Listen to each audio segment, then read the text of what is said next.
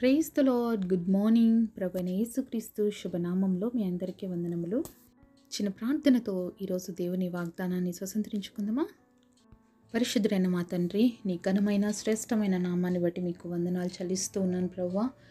ఉదయకాల సమయంలో నీ సన్నిధిలో ఉంటున్న మా అందరితో మాట్లాడండి నాయన. ప్రతి హృదయం అక్కరను ఎరిగిన దేవుడు, ఎవరికి ఏ మాటలైతే అవసరం ఉన్నాయో తండ్రి, ఆ మాటల చేత మా అందరితో మాట్లాడి మమ్మల్ని బలపరిచి ఆదరించి ధైర్యపరచమని యేసునామంలో ప్రార్థిస్తున్నాము తండ్రి, ఆమేన్.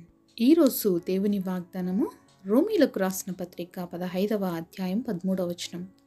నిరీక్షణకర్తయగు దేవుడు విశ్వాసము ద్వారా సమస్త ఆనందముతోనూ సమాధానంతో మిమ్మును నింపునుగాక. Romans chapter 15 verse 13. God of hope fill you with all joy and peace in believing, that you may abound in hope through the power of the Holy Ghost. దేవుడిచ్చినటువంటి అద్భుతమైన వాగ్దానం మనందరి జీవితంలో నెరవేర్చబడునుగాక. ఆమేన్. ఈ వాక్యం వింటున్నటువంటి మీలో ఎంతమంది అయితే నిరీక్షణను కోల్పోయిన స్థితిలో ఉన్నారో, అలాగే విసికి వేసారిపోయినటువంటి పరిస్థితిలో ఉన్నారేమో, మరి నిరాశతో నిస్పృహతో ఒకవేళ ఈ మాటలు వింటున్నారేమో, అయితే నిరీక్షణతో కూడినటువంటి అద్భుతమైన వాగ్దానాన్ని దేవుడు మనకి ఇచ్చాడండి ఈరోజు. దేవుడి పేరే నిరీక్షణకర్త అండి. మరి మన దేవుడు నిరీక్షణకు ఆధారం లేనప్పుడు ఎన్నో అద్భుతాలు చేయటానికి శక్తివంతుడైనటువంటి గొప్ప దేవుడు అండి. ఏ సమయంలో ఎలా వెళ్ళాలి, ఎలా ఉండాలి, ఎలా ఉండకూడదు, ప్రతిదీ కూడా మనకి బయలుపరిచేటువంటి గొప్ప దేవుని మనం కలిగి ఉన్నాం. నిరీక్షణ లేనటువంటి ప్రతి పరిస్థితిని కూడా నిరీక్షణగా మార్చడానికి దేవుడు శక్తివంతుడు అనే విషయాన్ని మనం గుర్తించాలి. ఒకసారి మనం జకర్యా గ్రంథము 9వ అధ్యాయము 12వ వచనంలో చూసినట్లయితే, బంధకములో పడి ఉండియు నిరీక్షణ గలవారులారా, మీ కోటను మరలా ప్రవేశించుడి, రెండంతలుగా మీకు మేలు చేస్తుందని నేడు నేను మీకు తెలియజేయుచున్నాను. ఇక్కడ ఈ వాగ్దానం మనం చూస్తున్నాం కదండి. దేవుడు ఏమంటున్నాడంటే, మరి నిరీక్షణ గలవారులారా, అంతకంటే ముందు ఇంకొక మాటను వాడినాడు, బంధకములో పడి ఉండియు.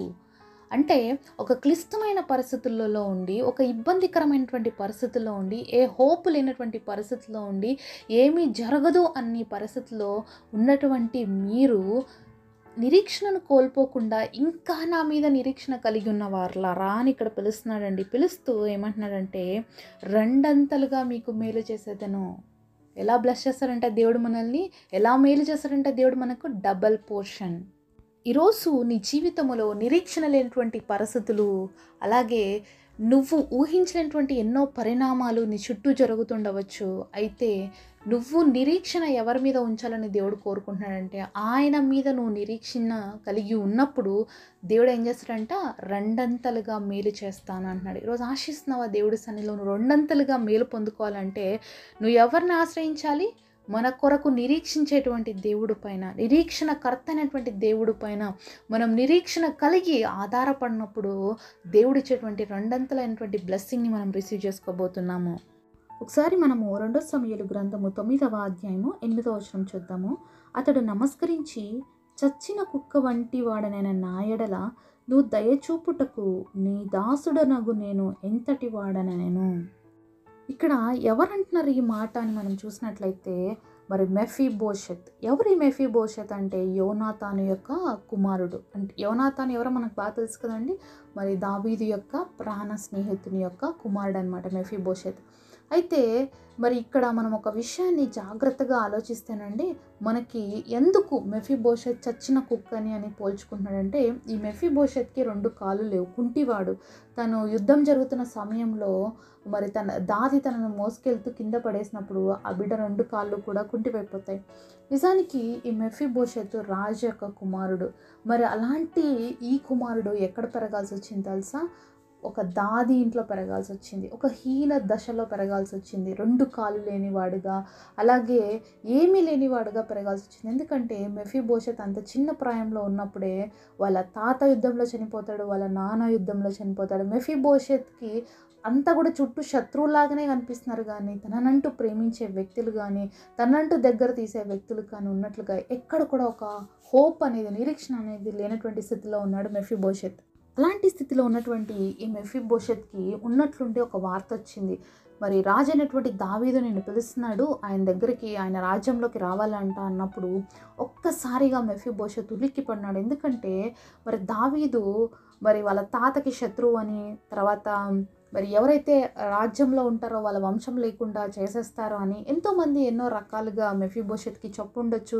ఎన్నో డిస్కషన్స్ మధ్య మెఫీబోషెత్కి కూడా మరి జరిగి ఉండొచ్చు అని. అంటే ఎందుకంటే ఇతను రాజ అధికారంలో ఉండవలసినటువంటి బిడ్డ, కానీ ఇప్పుడు ఆ రాజ్యం ఎవరి చేతిలోకి వచ్చింది? దావీదుకి. కాబట్టి నన్ను ఎక్కడన్నా చంపేస్తాడేమో, నేను కూడా అడ్డమేమో అని చెప్పి భయపడిపోతున్నటువంటి పరిస్థితిలో మరి రాజు తెమ్మన్నాడు. కాబట్టి మరి అక్కడ తెప్పించబడినప్పుడు మెఫీబోషెత్ సాగిలపడి దావీదు మహారాజుతో మరి మాట్లాడతాడనమాట. మాట్లాడుతున్న సమయంలో దావీదు అన్నాడు, ఒక మాట చెప్తాడు ఇక్కడ దావీదు 7వ వచనంలో చూసినట్లయితే, అందుకు దావీదు, నువ్వు భయపడవద్దు, నీ తండ్రి అయిన యోనాతాన్ నిమిత్తం నిజముగా నేను నీకు ఉపకారము చూపి నీ పితరుడైన సౌలు భూమి అంతయు నీకు మరలా ఇప్పింతును, మరియు నువ్వు సదాకాలం నా బల్ల యొద్దనే భోజనం చేయదువని సెలవీయగా. చూస్తున్నాం కదా దావీదు ఏమంటున్నాడు, నిజంగా నీకు ఉపకారం చేయాలనుకుంటున్నాను మెఫీబోషెత్, నువ్వు భయపడొద్దు, ఎందుకంటే నీ తండ్రి అయినటువంటి యోనాతాను నేను చాలా ప్రాణ స్నేహితులము, అలాగే నీ తాత అయినటువంటి సౌలుకి ఏవైతే భూములు ఉన్నాయో అవన్నీ నీకు మరలా ఇప్పిస్తాను, అంతేకాకుండా నా బల్ల యొద్ద కూర్చొని భోజనం చేయడానికి నీకు అధికారం ఇస్తానని చెప్పినప్పుడు ఒకసారి ఆలోచించండి. ఏమీ లేనటువంటి వ్యక్తి, నేను మరణానికే ఇంకా శరణును, ఇంకా నన్ను దావీదు చంపేస్తాడు అనుకున్నటువంటి ఈ వ్యక్తికి ఒక రాజకుమారుడు యొక్క హోదా ఇస్తాడండి. రాజుతో పాటు కలిసి కూర్చొని తినేవాళ్ళు ఎవరు? రాజకుమారులు మాత్రమే. అయితే అలాంటిది ఒక కుంటివాడికి, ఏమాత్రము ఆశ్రయం లేనటువంటి వ్యక్తికి మరి దావీదు ఇంత గొప్ప అవకాశం ఇచ్చాడు అంటే ఒకసారి ఆలోచించండి. మెఫీబోషెత్కి ఇప్పుడు ఎంత సంతోషం వేస్తుందో.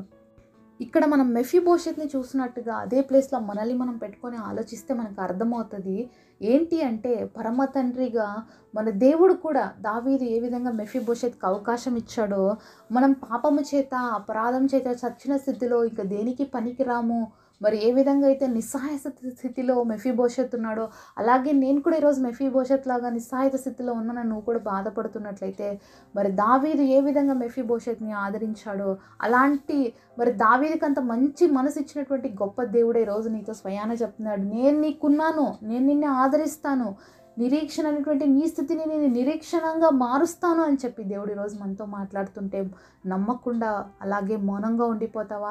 లేకపోతే ఈ గొప్ప వాగ్దానాన్ని స్వీకరించి ఉత్సాహముతో, కృతజ్ఞతతో నిండుగా నీ మనసుతో దేవునికి స్తుతి చెల్లించే వ్యక్తిగా నువ్వు మార్చబడతావా? మెఫీబోషెత్ ఒక్కసారిగా మరి అంటున్న మాట, చచ్చిన కుక్కనైనటువంటి నన్ను జ్ఞాపకం చేసుకోవడానికి నేను ఏ పాటి వాడిని అని చెప్పి ఒప్పుకుంటున్నాడు. నిజమే, అలాగే మన జీవితంలో మనం కూడా చచ్చిన స్థితిలో ఉన్నామండి. పాపము చేత అపరాధము చేత చచ్చిన స్థితిలో ఉన్నప్పుడు యేసుక్రీస్తు ప్రభు మనకు నిరీక్షణనిచ్చాడు. ఆయన యొక్క పరలోక రాజ్యాన్ని, పరలోక వైభవాన్ని అంతా విడిచిపెట్టి లోకానికి వచ్చి నా పాపాల కోసం కల్వరిసెలో మరణించి మృత్యుంజయుడై తిరిగి లేచి ఆ పునరుద్ధాన శక్తిని మనలో నింపి అతి త్వరలో మళ్ళీ రాబోతున్నాడు ఆయనతో పాటు మనం ఉండడానికి, తీసుకెళ్ళడానికి. కాబట్టి మనం సిద్ధపడదాం ఆయన రాకడ కొరకు. అంతేకాకుండా ఈ లోకంలో ఏ విషయాలైతే ఈరోజు నిరీక్షణ లేనటువంటి పరిస్థితిలో ఉన్నావో, ఏ ఇబ్బందుల మధ్యలో కొట్టుమిట్టాడుతున్నావో వాటిలో కూడా నీకు దేవుడు సహాయం చేస్తానని, రెండంతలైనటువంటి ఆశీర్వాదం ఇస్తానని చెప్పి నిన్ను ప్రేమతో ఆహ్వానిస్తున్నాడు ఆయన యుద్ధకు. మరి ఈ ప్రేమపూర్వకమైన ఆహ్వానం నువ్వు తిరస్కరిస్తే నీ జీవితంలో ఎప్పుడు కూడా నువ్వు మేలు పొందలేవండి. ఎందుకంటే మెఫీబోషెత్కి వచ్చిన డౌట్స్ ఎన్నో చెప్పలేము. ఎందుకంటే ఇంక చచ్చిపోతాను అనుకునే వచ్చాడు దావీదు దగ్గరికి, ఎందుకు నన్ను చంపేస్తాడనే వచ్చాడు.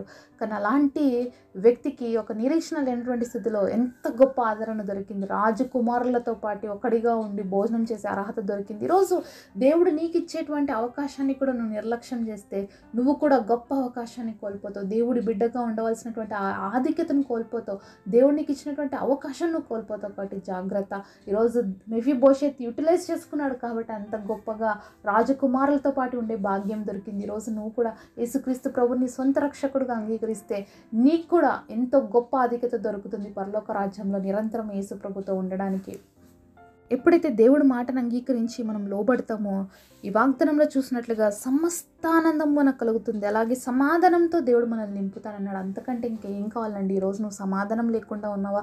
ఆనందం లేకుండా ఉన్నావా? ఏ పరిస్థితులు బట్టి సమాధానం లేని స్థితిలో, ఆనందం లేని స్థితిలో ఉన్నావా? ఆ పరిస్థితులన్నింటిలో కూడా దేవుడు రెండంతలుగా నీకు మేలు చేయాలని ఆశిస్తున్నాడు. రెండంతలైనటువంటి అద్భుత కార్యాలు దేవుడు నీ జీవితంలో చేయాలని ఆశపడుతున్నాడు. వాడు నీ జీవితంలో దేవాది దేవుడు అద్భుతాలు చేయటానికి సిద్ధంగా ఉన్నాడు. నీ జీవితంలో దేవుడు ఆశ్చర్యకార్యాలు చేయటానికి సిద్ధంగా ఉన్నాడు. నువ్వు నమ్మినట్లయితే నీ జీవితంలో గొప్ప కార్యాలను నువ్వు పొందుకుంటావు. అలాగే దేవుని యొక్క ఆశ్చర్యమైనటువంటి రెండంతలైనటువంటి మేలులతో కూడా నింపబడతావు.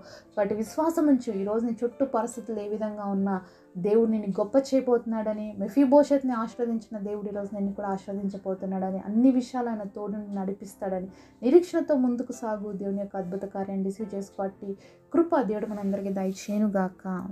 పరిశుద్ధుడైన తండ్రి, ఈరోజు మీరు మాతో మాట్లాడిన ప్రతి మాట కొరకు వందనాలు ప్రభువా. మీరు ఇచ్చిన ఈ గొప్ప వాగ్దానం కూడా మా అందరి జీవితంలో నెరవేర్చి మా అందరికీ సహాయం చేయమని యేసు నామములో ప్రార్థిస్తున్నాము తండ్రి. ఆమేన్.